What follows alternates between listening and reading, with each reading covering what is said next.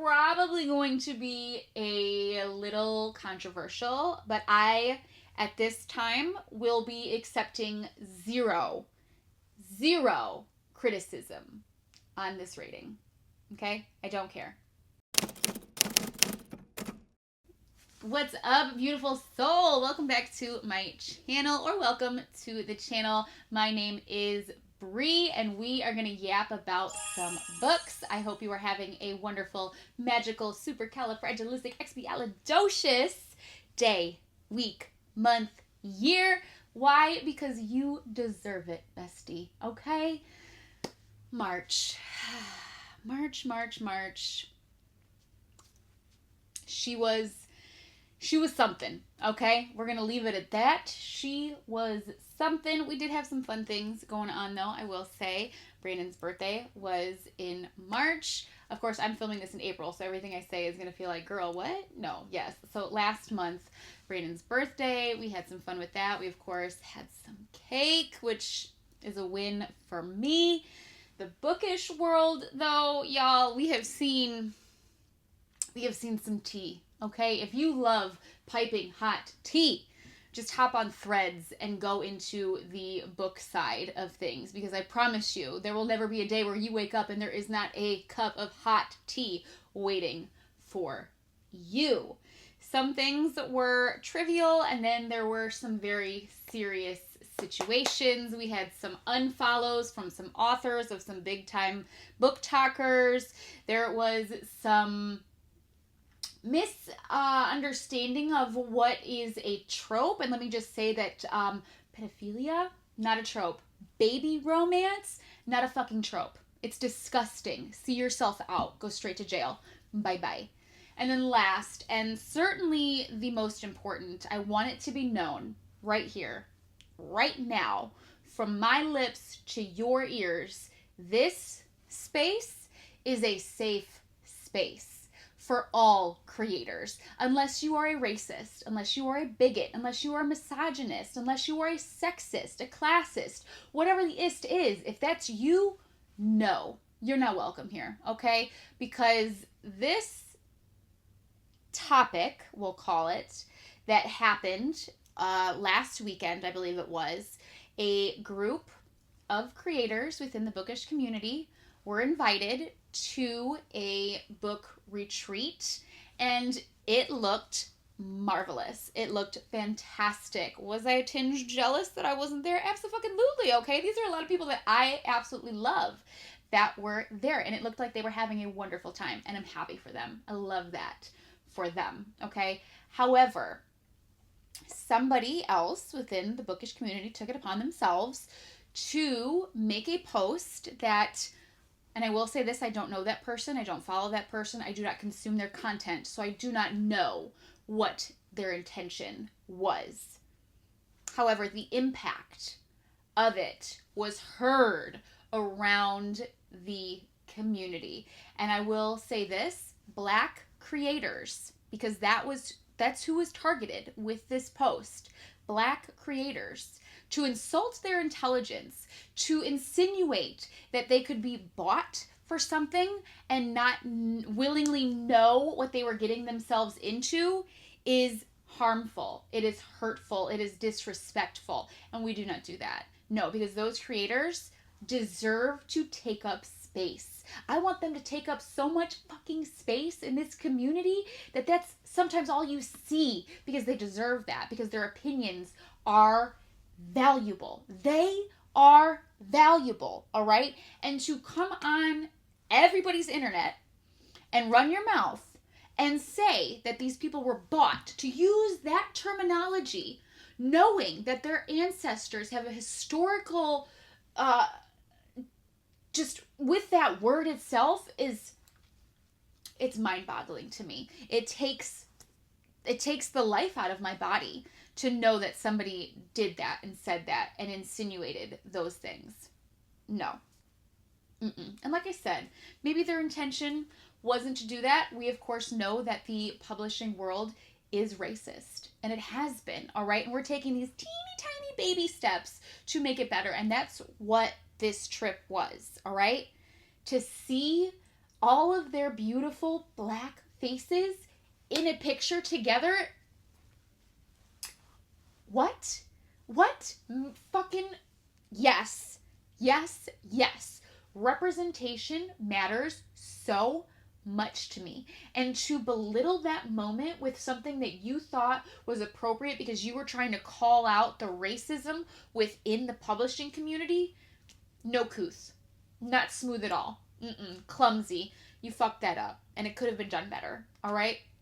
It could have been done better.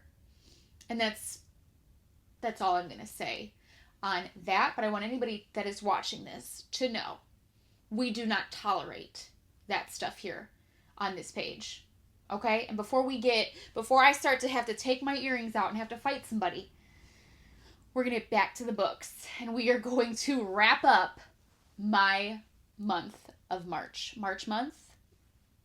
Words. I don't know. I'm lost to them. All right? So get your snacks, get your beverage, get comfy, get cozy, because we are about to get into it. I, without a doubt, have found one of the best books that I will probably ever read. And that's saying a lot, because I read a lot, and I'm not the harshest critic. I do think that you should go into books being critical, but then I also think that sometimes it can devalue the enjoyment of what you're reading. And so I kind of find a good middle ground when it comes to reading, but I have found my favorite book of the year. And if I do end up finding an even better one, I know that this one will at least be in the top 5 for the year, because that's how good it was. All right, so stay tuned for that. I need the doctor. Okay, I'm gonna crack a cold one. Whew. Oh yes, girl. Yes. We need to all just take a collective moment to woosah.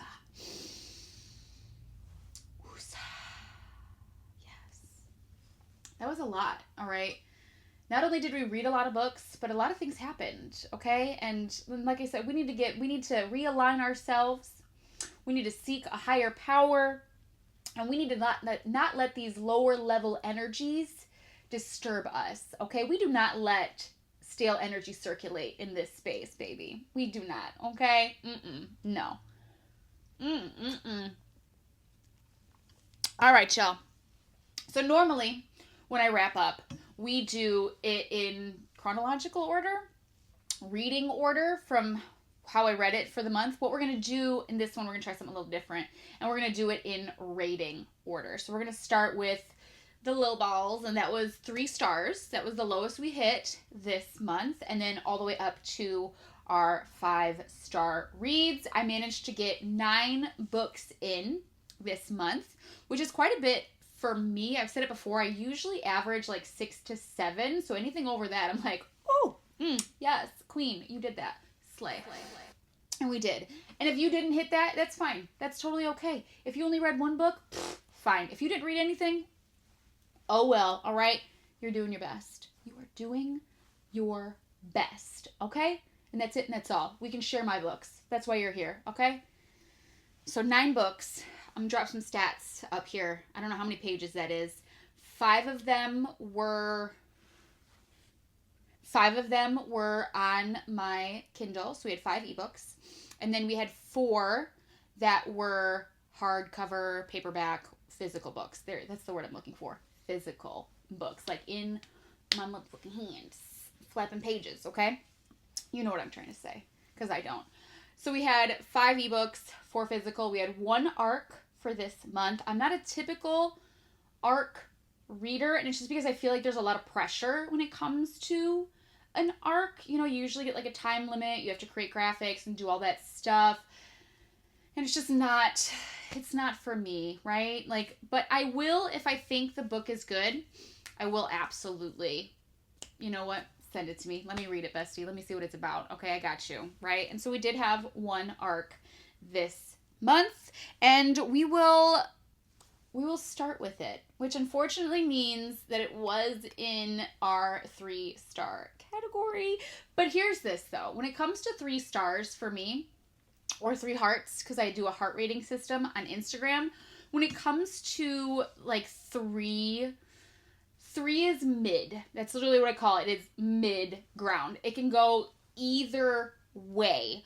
When I rate something, it's rated on the plot, it's rated on characters, it's rated on writing, and like overall vibes. Okay, so with that said, there can be a book that has absolutely trash writing, but the vibes, they were immaculate, honey. Okay, I love it.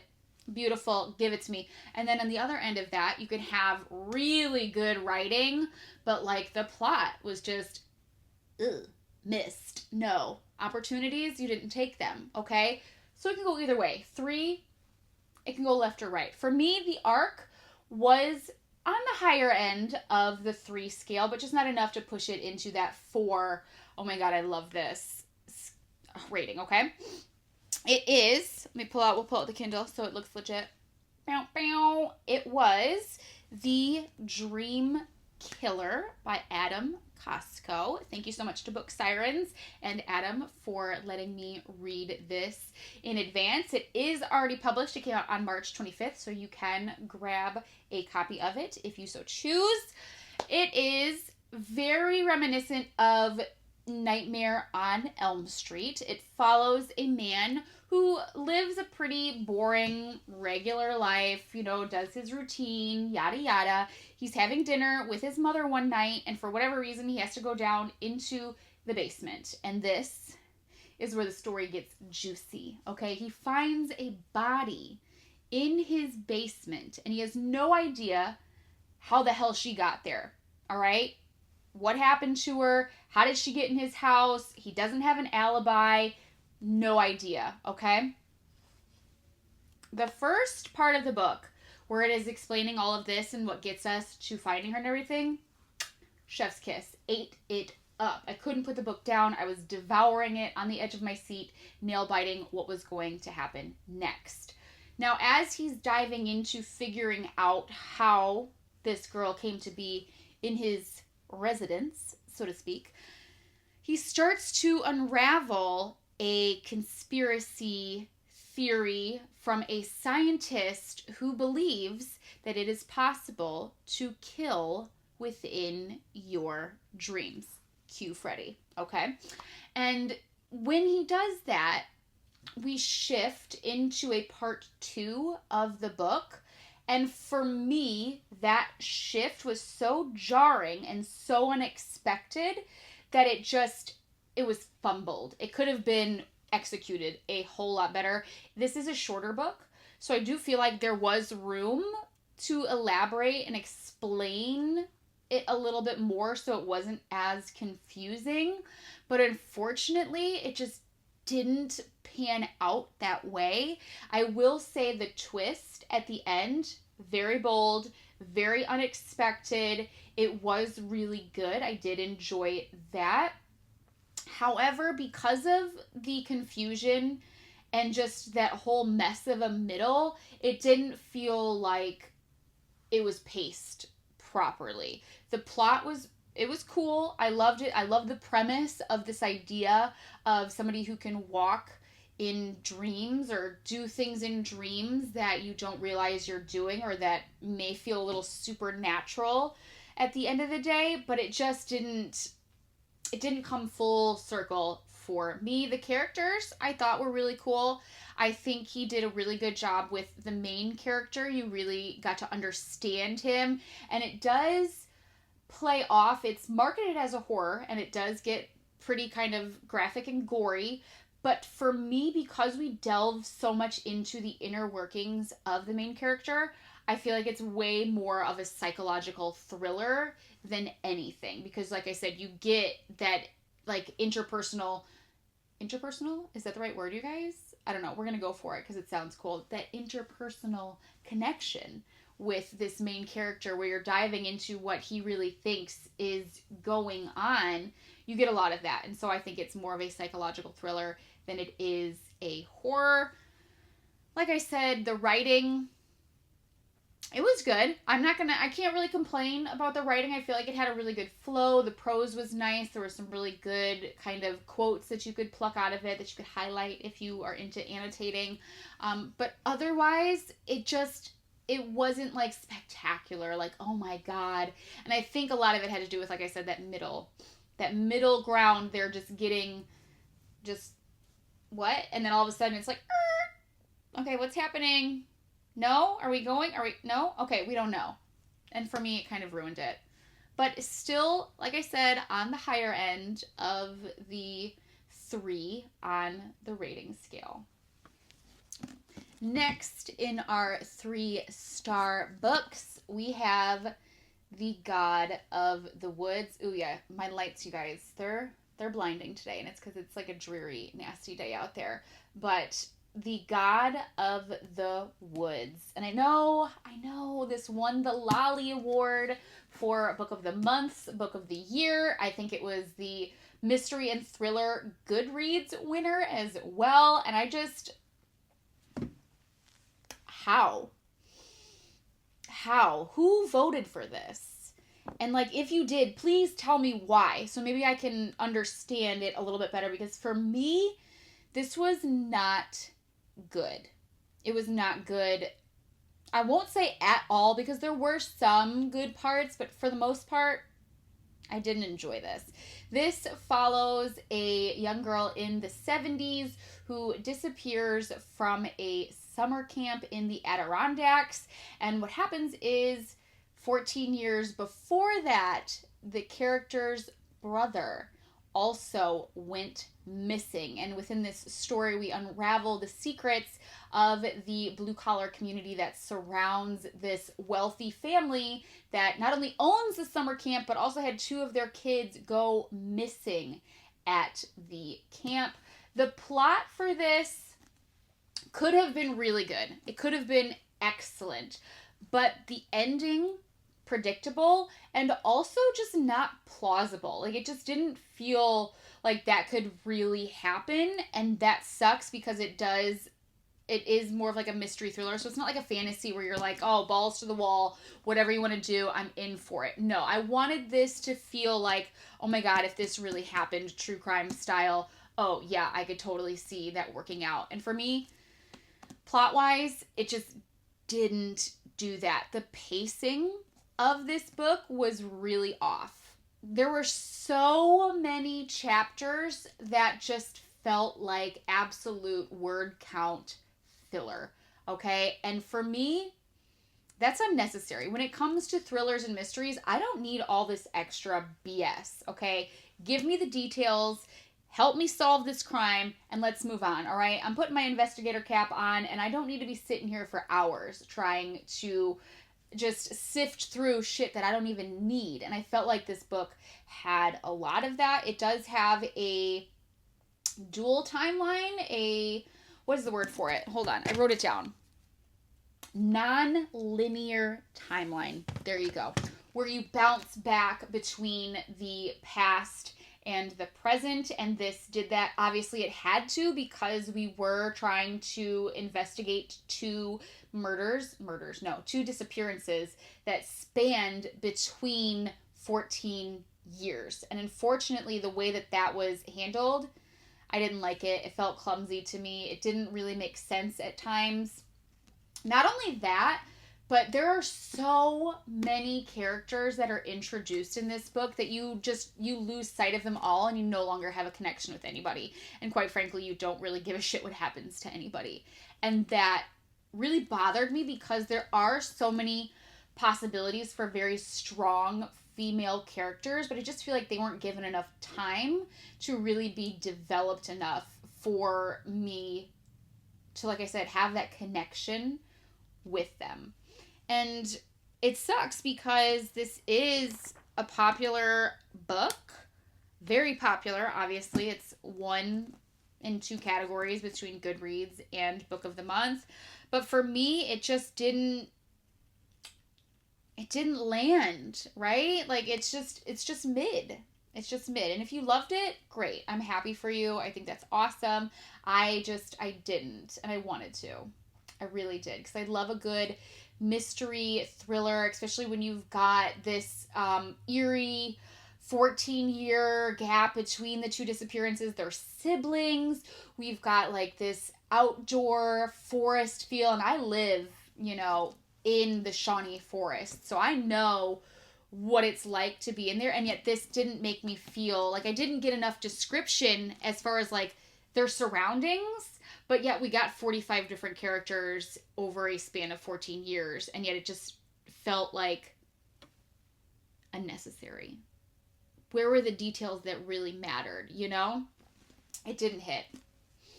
Unfortunately, 3 stars for this guy.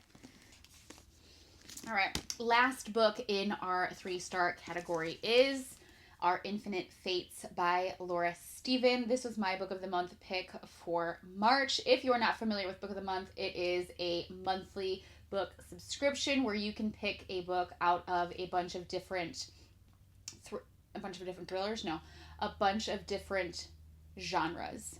That's the word I was looking for. Genres. Usually between 5 to 7 books are selected, and there's also add-ons that you can do as well. This was my pick for last month, and I was a little disappointed with it.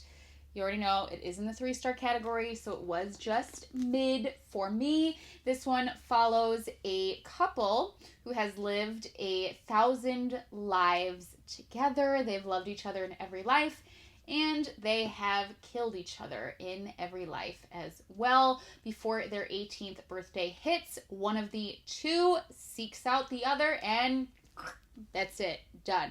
Over. And then, of course, they are reincarnated and continue to live out another life, and another one, and another one, and another one, and another one. And as you can see, it feels repetitive, and that's what happened here. It got very repetitive. This does have another timeline jumping, and at first I absolutely loved seeing what other lives they lived. However, none of the other lives really started to feel like they were adding to the story. It just felt repetitive.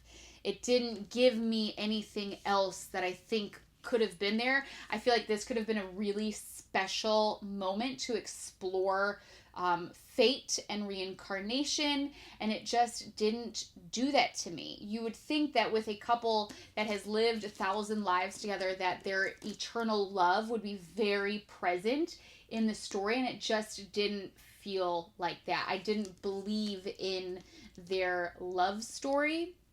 The plot of this, I thought, was very creative. I think they mentioned that it was very similar to the Invisible Life of Addie LaRue, and I highly disagree with that. The only thing that is the same is that they've lived a long time. However, they're reincarnated over and over in this book, whereas Addie LaRue is not reincarnated. She literally lives for, I don't even remember how many years, over 300 years. I know that because it's like the span of the book that we get.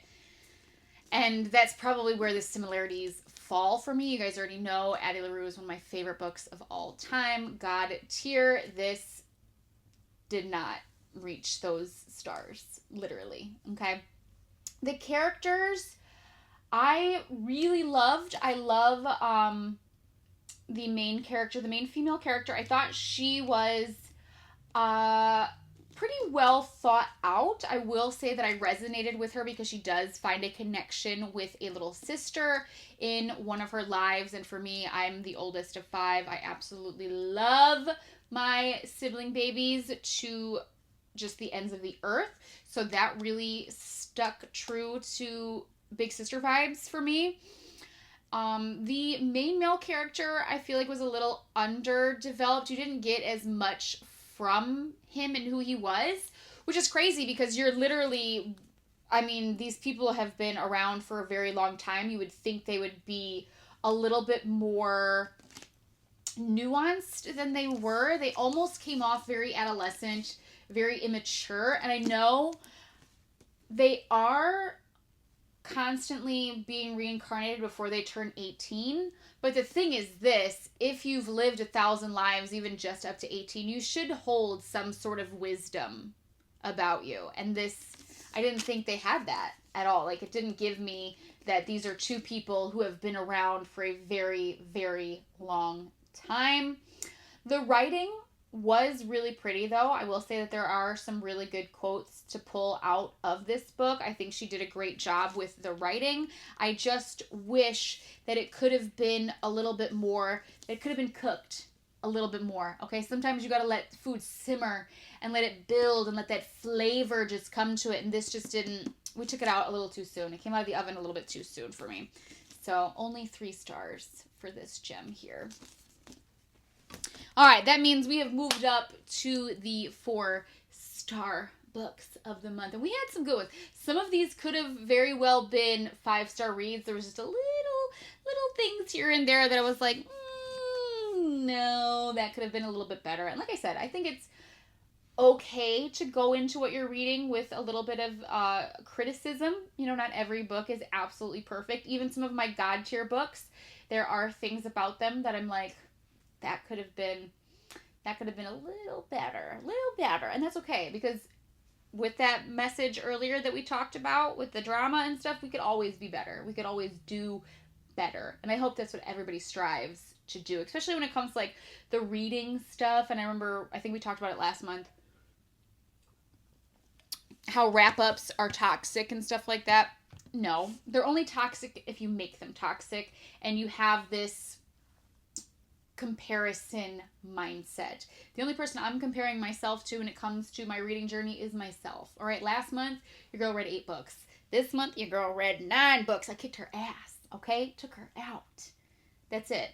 Nobody else. I don't care about anybody else. Unless it's like a recommendation, then absolutely, please give me your opinions. But that's it and that's all. I don't even know why we're talking about this. We've gone off on a tangent. All right. 4-star reads. We again had 3 books in this category. The first one we will get to was again on our Kindle. I'll throw them up right there. And it is I Am Made of Death. And that is by Callie Andrew.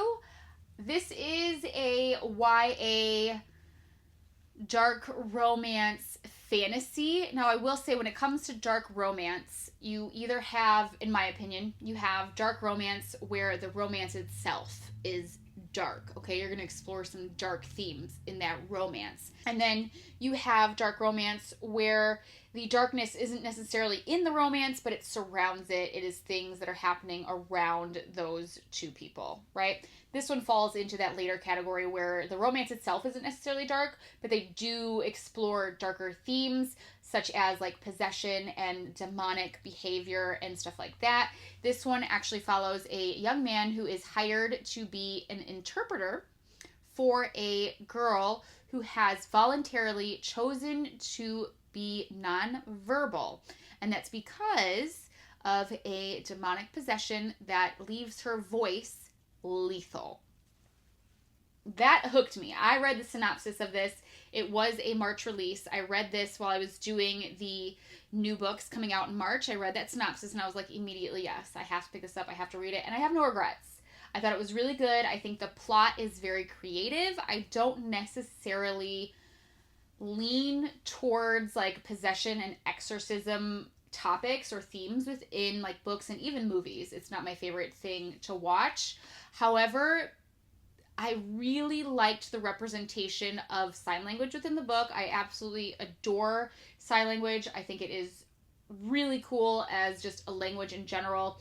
And so for me, I was like, ooh, I like how we are using this within this book. Even though she isn't deaf and she's just nonverbal, still it is a way of communicating. And I thought that was really cool. The plot is pretty evenly paced. I will say there are some parts where it felt a little jumbled, but for the main part, I thought it was really good. I think it was really easy to follow. There's no like elaborate magic system that you have to worry about trying to learn. It's really cut and dry. And the characters, I think, were really well developed. I think the author did a really good job of introducing us to 2 people who are nuanced. They felt very human, very real. The main male character is very golden retriever vibes. You know, he's happy-go-lucky. He has been through some things in his past. He does deal with some parentification through his little sister and taking care of his mom and things like that. So he does have that kind of darker side of being a human, but he doesn't really let it control who he is. Now, on the other hand, you've got Vivian, who is the female main character, and she definitely lets her previous trauma control her. She's built up a wall around her. She doesn't let many people in. She kind of falls into this stereotypical stuck-up rich girl who has a superiority complex, and she's very flawed. She's very selfish. You go into it in the beginning definitely siding more with the main male character than you do with the female main character.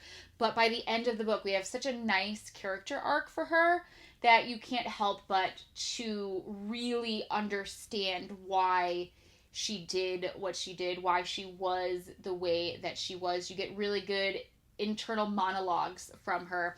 And I think that really helped kind of explore, again, like this more psychological thriller aspect of the book, and I really enjoyed that. I love it when you get really nuanced characters who make you feel like, okay, these people aren't just written to be written. They're actually people that can be relatable, because who hasn't gone through a little bit of some childhood trauma? Who hasn't, dealt with things when it comes to sibling relationships and having to take care of maybe parents who weren't the best, or try to do their best and they couldn't get there all the way. I really think that this book gave you a good mix of some different themes. The writing, really good. I really, really enjoyed Kelly Andrews' writing. I thought, or Kelly Andrew, I don't think there's an S on the back of there. Let me make sure I don't want to disrespect our author. Kelly Andrew, okay? I really think she did a great job with the writing. She created a really good atmosphere between this. I don't want to say like she created a whole world, because it's definitely not. It's more like magical realism almost, because it's very reality, but you have this demonic possession element on top of it. She did a good job giving us a really good feel of the environment. She used good descriptions of things. I really enjoyed the way that she did that. I will say one thing that always kind of turns me off when it comes to romances is how fast the characters fall for each other, or how fast like one of the characters falls for the other. I always find it a little strange that like you've been together for 3 whole minutes and you're willing to sacrifice your soul for the other person. I'm like, really? Like, you haven't even lived together, okay? You have no idea. No idea. And sometimes that can feel a little unbelievable in the sense, but I will say that these are younger characters. It is more of a YA style book. So I get it when you first meet that person, that feels like that kind of just takes your breath away. Things can go really fast. And so I'll give it a little bit of leeway on that end. But typically for me, I do prefer more of like a slow burn romance where things work up. You get a little bit more tension. You get a little bit more of a streamline to the climax, instead of it just being like, boom, we're up the hill, ready to go. Let's get it on.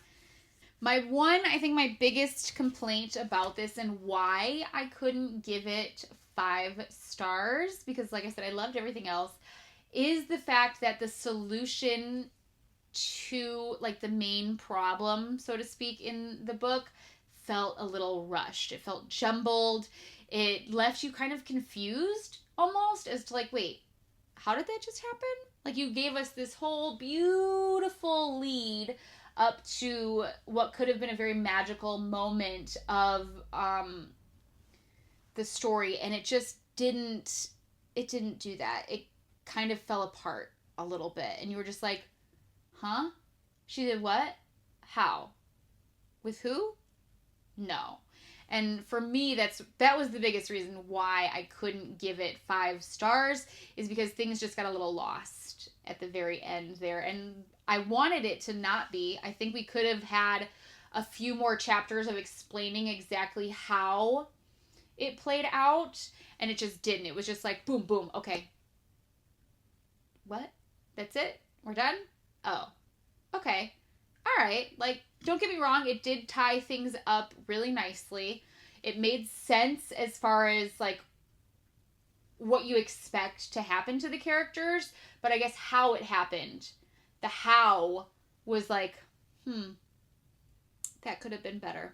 That could have been better. But otherwise, I loved it. 4 stars for me on I Am Made of Death. Right. Next up in the 4-star category was this thriller, First Lie Wins by Ashley Elston.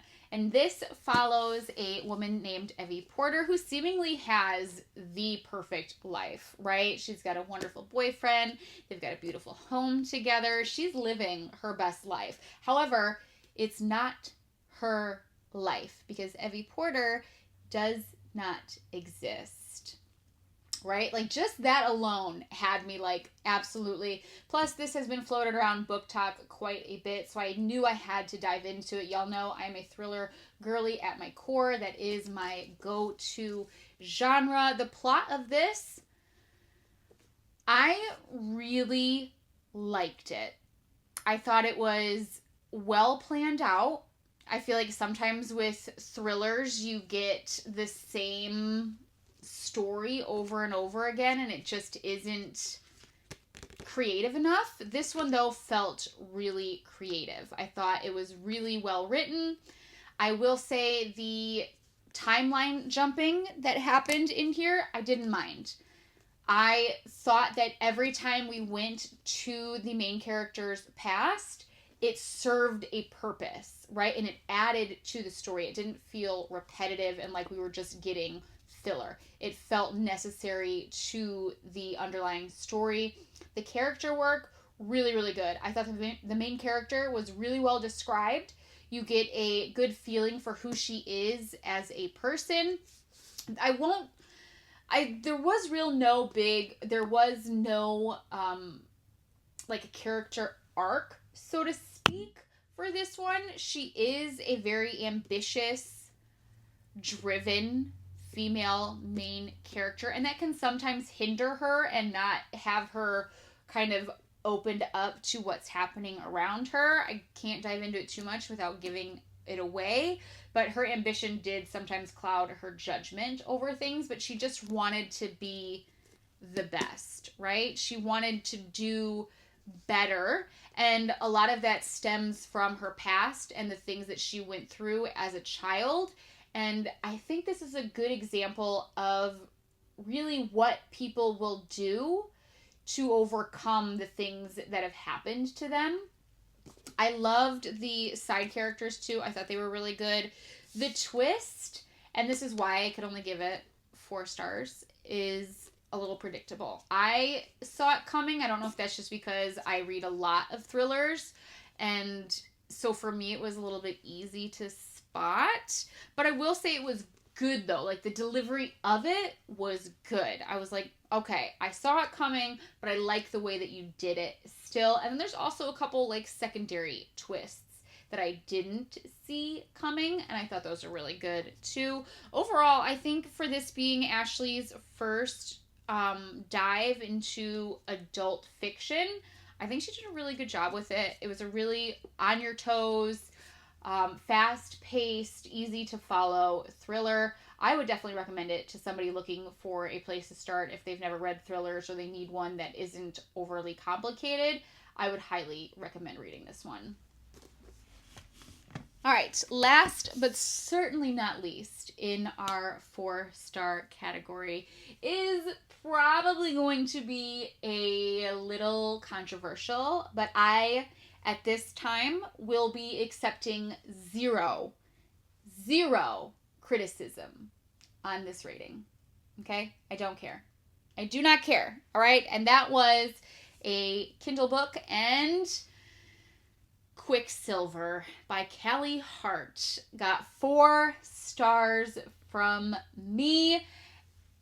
This was all vibes and no thoughts. Okay? All vibes, no thoughts. It is a romantasy, and it follows our female main character, Saris, on her journey through a bunch of worlds. 2 worlds, I think she goes into in this book. So basically, she is in this poverty-stricken area of this realm. So much so, they're so on the restricted end that they only get 6 ounces of water a day, right? And so she's just trying to survive this environment. She ends up getting into a little bit of trouble. She opens up a portal to a fae world that she had no idea existed.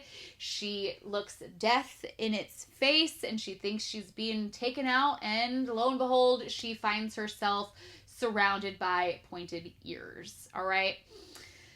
There is a lot to be said about the plot of this book. It is easy to follow. The magic system isn't complicated. It's not overly done. I thought it was executed pretty well.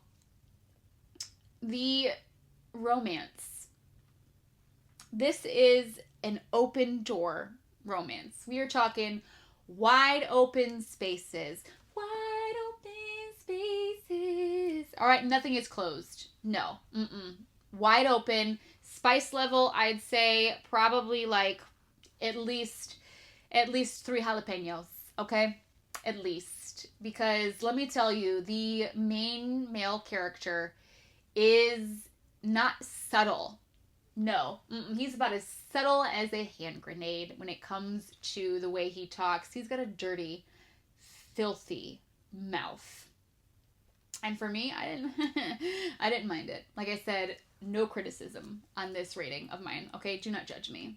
I had a good time reading this. I thought it was fun. The banter is probably my favorite part of the whole book. There were some secondary characters that really took the show for me, and this is the first book in the series, so I do hope that some of them come back for the second book because they were just chef's kiss. All right, the character work, I think it was good. You know, I will say that the female main character, she's driven, she's ambitious. There are some parts where she kind of contradicts herself in the beginning, especially she's talking about the guards and how like they're so powerful and all this and that, and then she kind of contradicts herself afterwards. And I guess that could be like a criticism, that there are some parts in this book that where you're like, the writing could have been a little bit stronger. Of course, this is not a literary masterpiece. Okay, this is not high fantasy. No, it is a fun fantasy romantasy book where you fall in love with the characters because of how funny they are, because of the banter that they share together, because of the found family aspect that happens.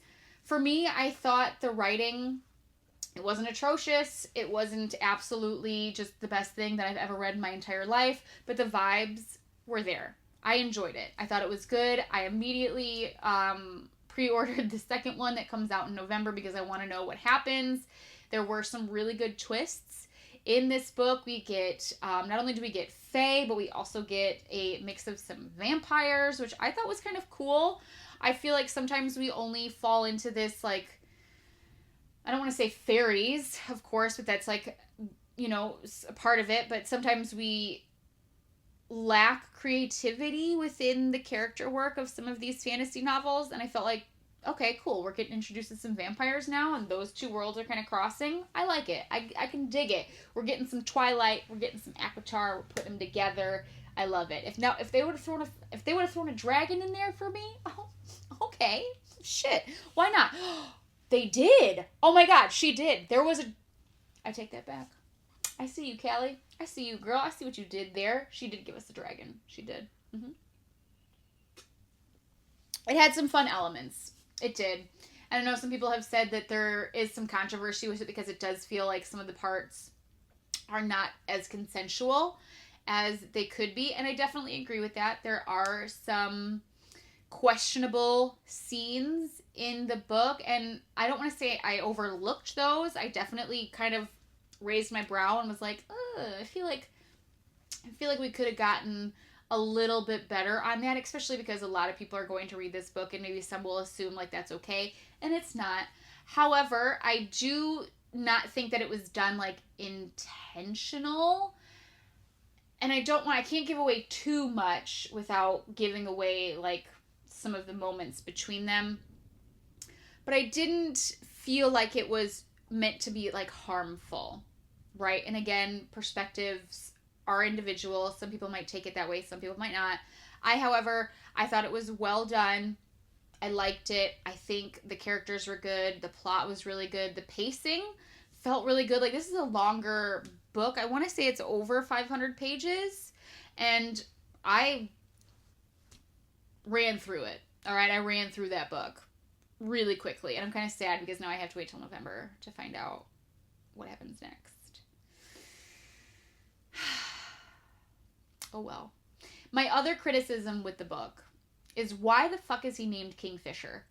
Why is that his name? Like, he's not King Fisher, it's Kingfisher. No space. And then they call him Fisher. Like, girl, we couldn't have come up with a better name. All of these opportunities to throw letters together and make up different names, and you giving us Kingfisher. I don't know.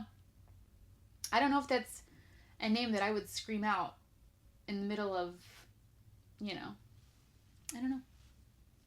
But yeah, other than that, I really can't complain about it. Like I said, I go into books being somewhat critical and somewhat not. And this is one of those books where I was like, there's no critical thinking in this book, really. Other than those couple parts where I was like, this could have been done better. Most of it, like, no thoughts, all vibes.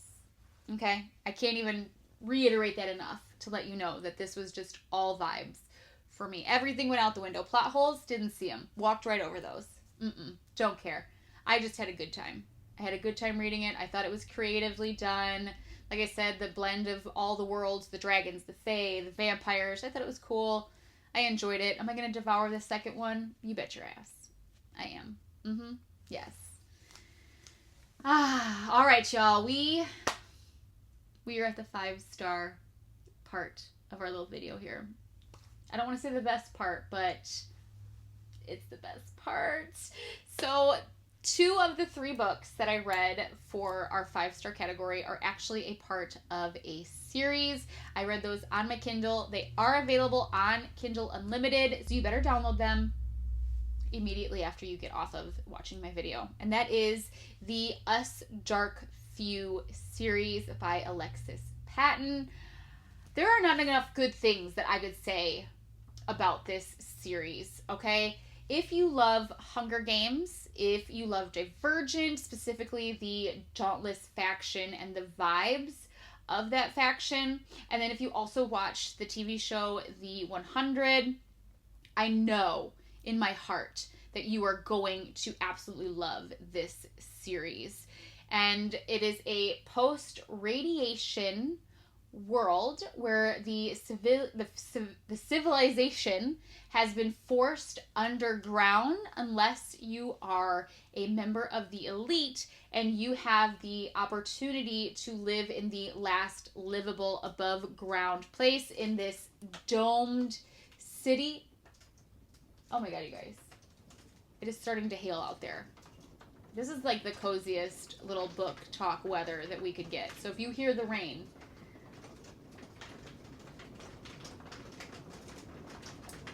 Mother Nature, she said, honey, I'm showing up to work today. Okay? But post-radiation, underground, we've got this above surface world that is in this dome where the elite live. Our girl, Callie, the female main character, is wrongfully accused of a crime and gets thrown into the underground prison, where she hashes out a plan to escape, except she gets caught up by the cell block captain, Takeshi Steele. This is a dystopian dream, okay? And it has that sprinkling of the slow burn, yearning romance throughout it. There are political undertones. We dive into the prison industrial complex. We talk about power and privilege and really what happens when you end up falling on the lower end and the things that you are willing to do to get out of it and to really find yourself within all of it. And I think Alexis did such a wonderful job giving us not only a dystopian story that is nostalgic and feels very familiar because of its comparisons to like the Hunger Games and to Divergent, but also something very fresh in this new plot that she has where this girl is setting out to escape something that nobody else has ever done to get to the surface where they may see the sun. However, it also holds some of the darkest secrets within this book, and it just kind of unravels this whole idea of really what is happening, what has led them to this point of this separation between the elite and the lower level people that are forced to live underground still. You get a found family trope that is just so refreshing and so beautifully done. The prose in this book, like Alexis's writing, I think is really what makes this series so fantastic. She did such a good job delivering us a world that we've never been a part of, but also giving us characters and the development of those characters within action-packed scenes. I will say there are some trigger warnings. Look those up if you are a little bit more, I don't want to say triggered, but obviously just look up the trigger warnings because there are a couple scenes that may trigger some people.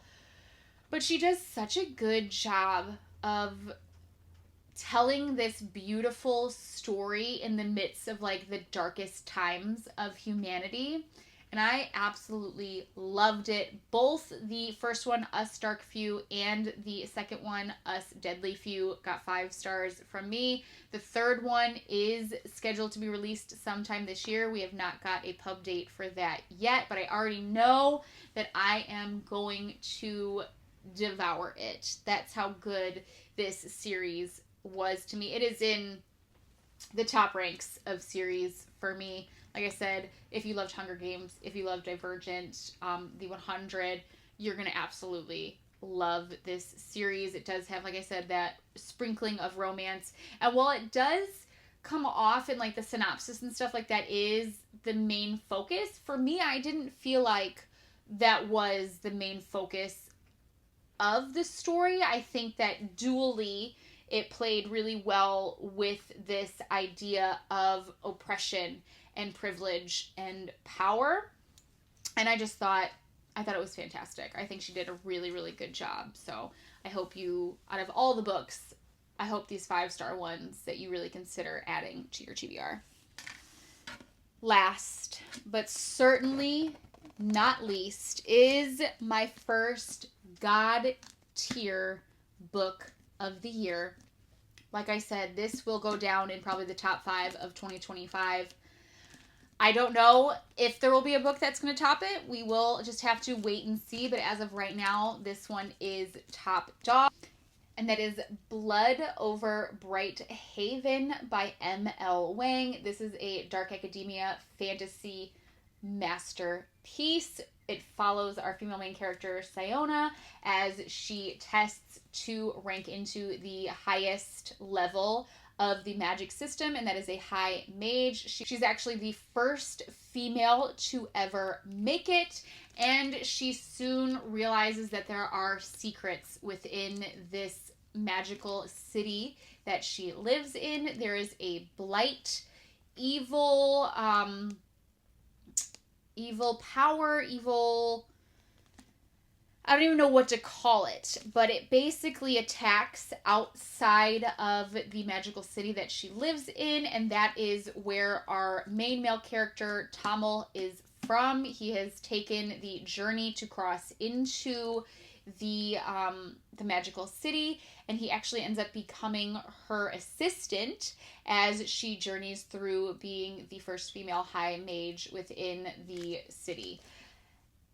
everything that she knows is soon questioned as things start to unravel. She starts to learn more and more about how things became to be. We get a deep dive into the history of who these people are, not only her, but also Tamil's people as well.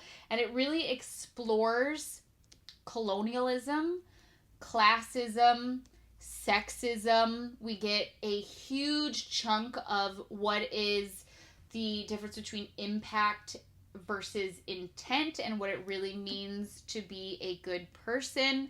There are so many good thinking moments throughout this book that just really make you question humanity and where things stand, not only within this book, but within our current reality.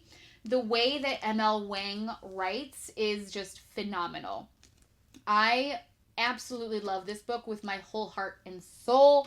We get really good character development. Sayona is flawed. She's very nuanced. She's very relatable in the sense that her ambition has driven her so far that she really stops paying attention to the people around her. She's very selfish in her actions, and we get this insane arc of her realizing that she was being this way and not necessarily helping, so to speak, in the beginning, you know. And for me, she comes off, she's not this altruistic savior, not even close, you know. Like I said, she's very selfish in who she is, and she does come off very unlikable, but for me, it's those qualities and those traits that make her feel so well-rounded as a human, because like I said, we get that arc at the end and you realize, like, okay, she is literally going through the realization of what is happening and learning that, wait a minute, I was also a part of the problem. You know, I wasn't a solution, or at least as much of a solution as I thought I was being. And when I say that there are some absolutely gut-wrenching scenes in this book, I am not even joking you. And the ending of this, oh my gosh, the ending of this had me sobbing. I think it was like 1 or 2 in the morning, and I'm literally laying in bed reading the end of this book, and I do not know how I managed to silence my sobs. Like, I was doing that, like, heavy breathing, like, oh my God, no, like the heavy breathing, sobbing. And I don't know how I didn't wake Brandon up, because while the ending is so heartbreaking, it is absolutely inevitable to this story. And I get it. I get why M.L. Wang had to do that to me.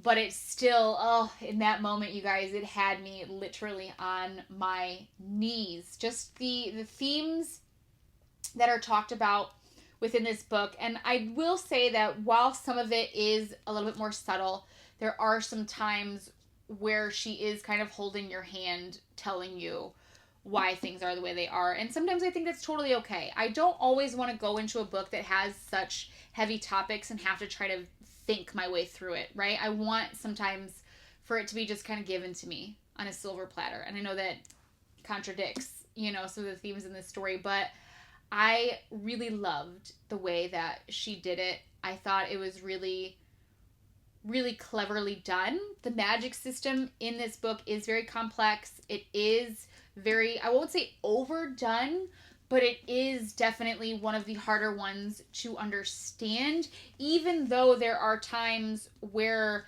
Sayona is she's literally explaining it to us word for word. It's not really breadcrumbs being dropped. It's more of like verbatim. This is how it works. This is what it's doing. And that's because, like I said, Tamil becomes her assistant and he has no idea of how this magic system works, and she's explaining it to him the best that she can. There is a guide in the back of the book that does have all of the like made up, you know, aspects of it, and I think that's very helpful. I unfortunately didn't realize it was in the back of the book until I was done with the back of the book. But it definitely helps understand this magical world, the spell terminology that they're using. I think it was a really good idea to include this. It even shows you like the magical rankings that take place in there. Other than, like I said, the sometimes hand-holding and the heavy themes being delivered to you right, there, it's not subtle. This was absolutely incredible. I have not stopped thinking about this book since I've read it. That's how good it is. And for a standalone fantasy book, I think she did an extremely good job of giving us a fully built world, really well developed characters, an insanely good creative plot line. I think this is, like I said, this is top tier. This is godly. Okay? Love it. If you read any of these, this one and then the Us Dark Few, you have to add these to your TBR because I'm obsessed. It's one of those books that after reading it, I immediately wanted to reread it because I wanted to be right back in that world again. For me personally, I think that we could honestly get a sequel out of this because I want to know. I'm so dedicated to these people that I want to know what happens next. I want to know what happens to these people. I want to see the next 5 years, the next 10 years for them. I want to know. All right, give it to me, ML. Give it to me, girl. Please. Don't leave me hanging, okay? Please. But I loved it. I absolutely loved it. I ate it up. Oh, I will never stop talking about Blood over Brighthaven. It was that good. All right. That's it. That's all. Oh my God, we got through it, you guys. We got through all 9 books that I managed to read in the month of March. I hope some of these are ones that you are going to add to your TBR. If you have read any of these, of course, let me know how you felt down below. What did you rate them? Of course, keep it spoiler free. Every review I do on our videos, our wrap-ups, is always spoiler free unless I say otherwise. I will be doing, I've got 2 series that I want to dive into. One I've already read once, except for the last 2 books, and that is The Hunger Games. So we may end up doing a full reading vlog on that. And the second is the Legendborn Cycle. I cannot wait to dive into Bree's world, and so we may end up doing a reading vlog for that. If that sounds like something that you would enjoy, do not forget to subscribe to my channel. Also, give this video a little love if you so feel like you want to. I'm not forcing you, but you should love it. You should love it. Just wherever the button is, do it immediately. But yeah, excuse me, I'm getting choked up just thinking about you loving my video. But yeah, that is going to be it from me. I hope you enjoyed our time here together, because I know I did. All right, y'all. Love you, and happy reading.